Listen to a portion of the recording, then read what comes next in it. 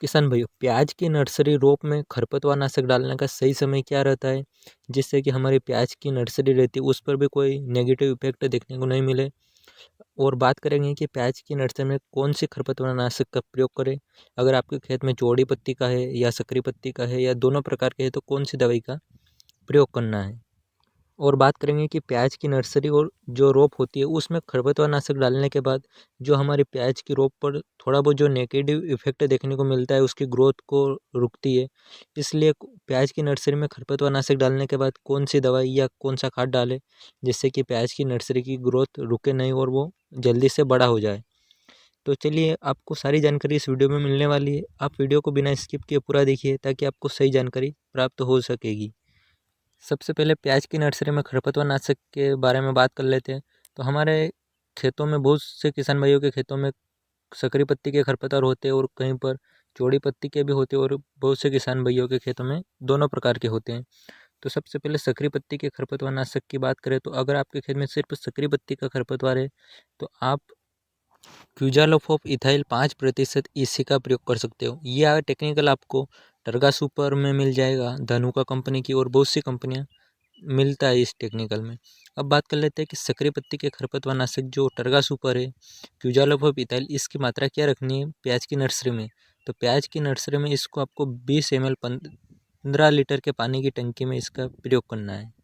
और आप स्प्रे करें तो इस बात का अवश्य ध्यान रखें कि आप प्याज की नर्सरी में स्प्रे किसी बड़े जो पंप आते हैं जुगाड़ के माध्यम से ट्रैक्टर के द्वारा, और इनके द्वारा इसका स्प्रे नहीं करें। बड़े स्प्रे पंप से इसका प्रयोग हाथ वाली टंकी है जो चार्जिंग वाली टंकी चल रही है उनसे आप हल्के हल्के से प्रयोग करें, जिससे कि प्याज की नर्सरी डैमेज नहीं हो।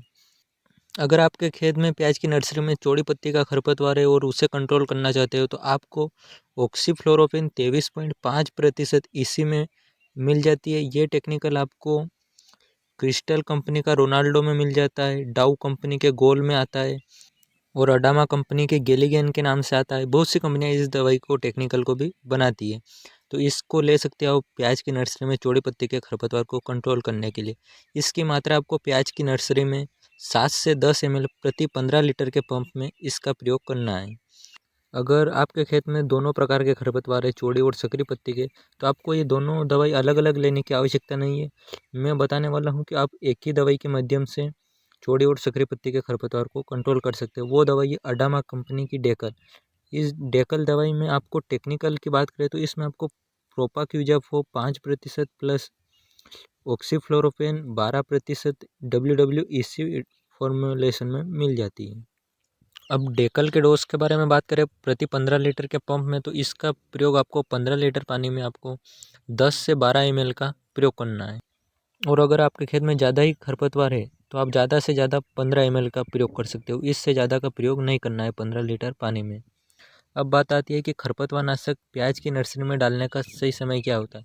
तो जब हमारी प्याज की नर्सरी 20 दिन या 25 दिन की हो जाए उसके बाद ही प्याज की नर्सरी में खरपतवार नाशक का प्रयोग करना चाहिए।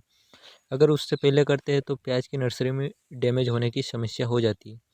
तो आपको प्याज की नर्सरी में 20 से 25 दिन के बाद ही खरपतवार नाशक का प्रयोग करना है।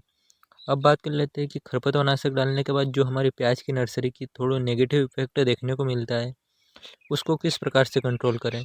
तो प्याज की नर्सरी में जो खरपतवार नाशक डालने के बाद 4 से 5 दिन बाद आपको NPK 19-19 का प्रयोग करना है, जिसमें आपको नाइट्रोजन 19%, फॉस्फोरस 19% और पोटेशियम 19% मिल जाता है, जिससे कि प्याज की ग्रोथ के लिए बहुत ही आवश्यक है पोषक तत्व है, जिससे प्याज का जो नर्सरी होती है बहुत हरा भरा हो जाएगा और उसकी वेजिटेटिव ग्रोथ बढ़ने लगेगी।